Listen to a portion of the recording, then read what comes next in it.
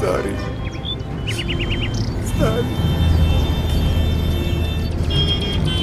ಸ್ವಲ್ಪ ಸೈಡಿ ಬನ್ನಿ ಅಲ್ಲ ಸರ್.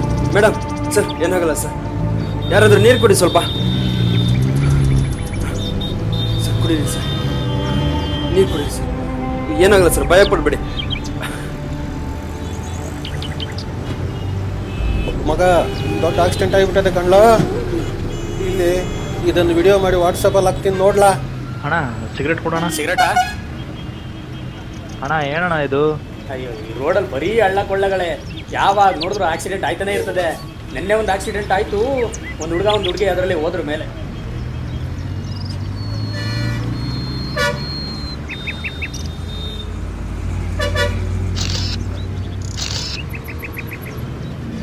ದಾರಿ ಬಿಡ್ರಿ, ದಾರಿ ಬಿಡ್ರಿ, ದಾರಿ ಬಿಡ್ರಿ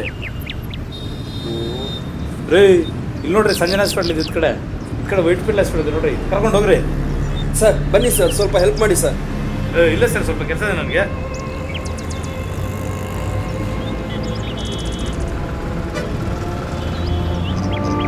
ಇರಿ ಸರ್, ಆಂಬ್ಯುಲೆನ್ಸ್ ಫೋನ್ ಮಾಡ್ತೀನಿ. ಸರ್ ಮೇಡಮ್, ಸರ್ ಕಣ್ಬಿಡಿ ಸರ್. ಇಲ್ಲಿ ನೋಡಿ ಮೇಡಮ್. ಮೇಡಮ್ ಅಯ್ಯೋ,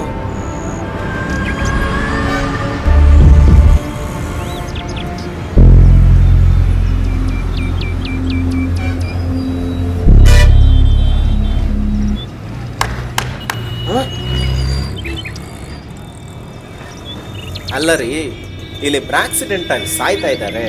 ನೀವು ನೋಡಿದ್ರೆ ಒಬ್ಬರು ಫೋಟೋ ತೆಗಿತೀರಾ, ಇನ್ನೊಬ್ರು ವಿಡಿಯೋ ತೆಗಿತೀರಾ, ಸುಮ್ಮನೆ ಅದು ಮಾಡಿ ಇದು ಮಾಡಿ ಅಂತ ಡೈಲಾಗ್ ಹೊಡಿತೀರಾ. ಅದು ಬಿಟ್ಟು ಹಾಸ್ಪಿಟ್ಲಿಗೆ ಕರ್ಕೊಂಡು ಹೋಗುವಂತ ಪ್ರಯತ್ನನೇ ಮಾಡಿಲ್ಲ.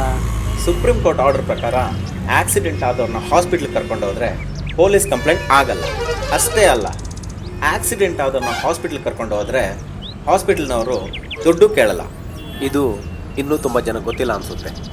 ನಿಮ್ಮ ಅಪ್ಪ ಅಮ್ಮ, ಅಕ್ಕ ತಮ್ಮ ಇದೇ ಜಾಗದಲ್ಲಿ ಇದ್ದಿದ್ರೆ ಹಿಂಗೆ ಮಾಡ್ತಾ ಇದ್ರಾ?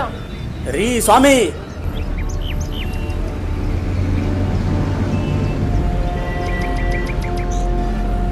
ರೀ ಸ್ವಾಮಿ, ನಿನ್ನೆ ಒಂದು ಆಕ್ಸಿಡೆಂಟ್ ಆಯ್ತಲ್ಲ, ಅದರಲ್ಲಿ ಒಂದು ಹುಡುಗ ಹುಡುಗಿ ಸತ್ತೋದ್ರು. ಅವ್ರು ಇವರೇ ಕಣ್ರಿ. ನಿನ್ನೆನೆ ಸತ್ತೋಗ್ಬಿಟ್ರಾ? ಹಂಗಾದ್ರೆ ಇವ್ರು ಯಾರು?